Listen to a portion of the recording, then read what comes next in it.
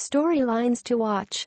Running away with it after a sluggish 2-2 start, Dak Prescott and Ezekiel Elliott look to conjure up their rookie season magic from last season this week against Green Bay. In last week's loss to LA, Dallas reached the end zone on 3 consecutive drives in the first half, but the second half saw the defense dissolve into thin air. The Cowboys need their offense to rebound because their young defense won't be able to completely quiet Aaron Rodgers and company.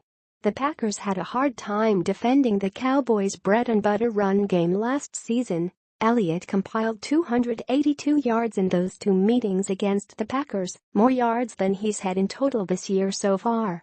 This season, Green Bay's D is allowing an average of 111 yards on the ground.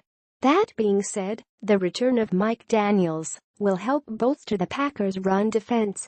Watch to see how often defensive coordinator Dom Capers uses the Nitro package to slow the run game. Attack the Dak. The Cowboys' offensive line has been stalwart the last few years, but the unit has looked less than dominant so far this season.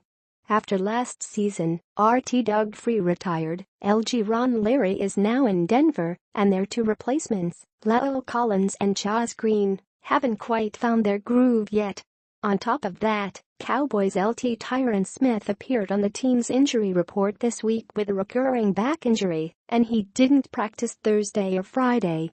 Prescott may not make the best reads under increased pressure, a product of a weakened O-line, an improved Green Bay D-line, and the Packers should capitalize on those mistakes.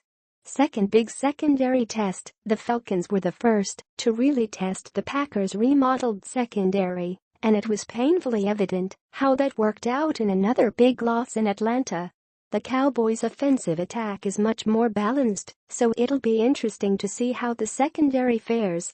The Packers hope Davenhouse will return from injury in Dallas, but rookie corner Kevin King may have a shot at covering star receiver Dez Bryant. He's already had cracks at Julio Jones and A.J. Green.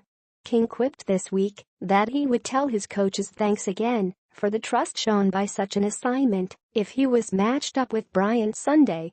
Mixing and matching on the line. Only 4 NFL teams have allowed more sacks than Green Bay, which has everything to do with both of the Packers' starting tackles sidelined through the first few games. The makeshift offensive line has allowed 15 sacks and 27 quarterback hits through 4 games. Meanwhile, Dallas' DeMarcus Lawrence leads the league in sacks, 7.5. LT David Bakhtiari and RT Brian Bulaga are still questionable heading into Sunday's contest, but the Packers must continue to prioritize protecting number 12, even if it means guard Lane Taylor slides outside for the 2nd week in a row. Rest easy, DJ Khaled would agree. This one is a major key.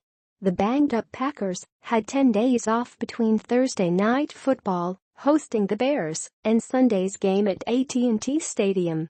That's enough time for some serious R&R for a Green Bay squad that was listed 11 players on its injury report to start this week.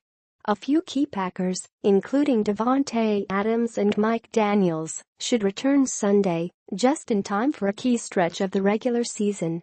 Numbers to know. 15 games in the Dallas-Green Bay overall series that have been decided by 10 points or fewer. 156 Elliott's yards after contact, 4th in the NFL. 0 How many times Dak Prescott has lost back-to-back regular season games? 101.4 Aaron Rodgers' QB rating in his 7 games, 5-2, as the starting quarterback against Dallas. 78.6% The Packers' red zone efficiency, which is best for tops in the NFL, according to ESPN. Series snippets. Last meeting, January 15, 2017, Packers won, 34-31, NFC Divisional Playoffs. Packers lead all-time series 18-17, but trail 7-12 when playing in Dallas. The Pack has taken 6 of the last 7 games against the Cowboys. The last time Dallas won at home against Green Bay was November 29, 2007.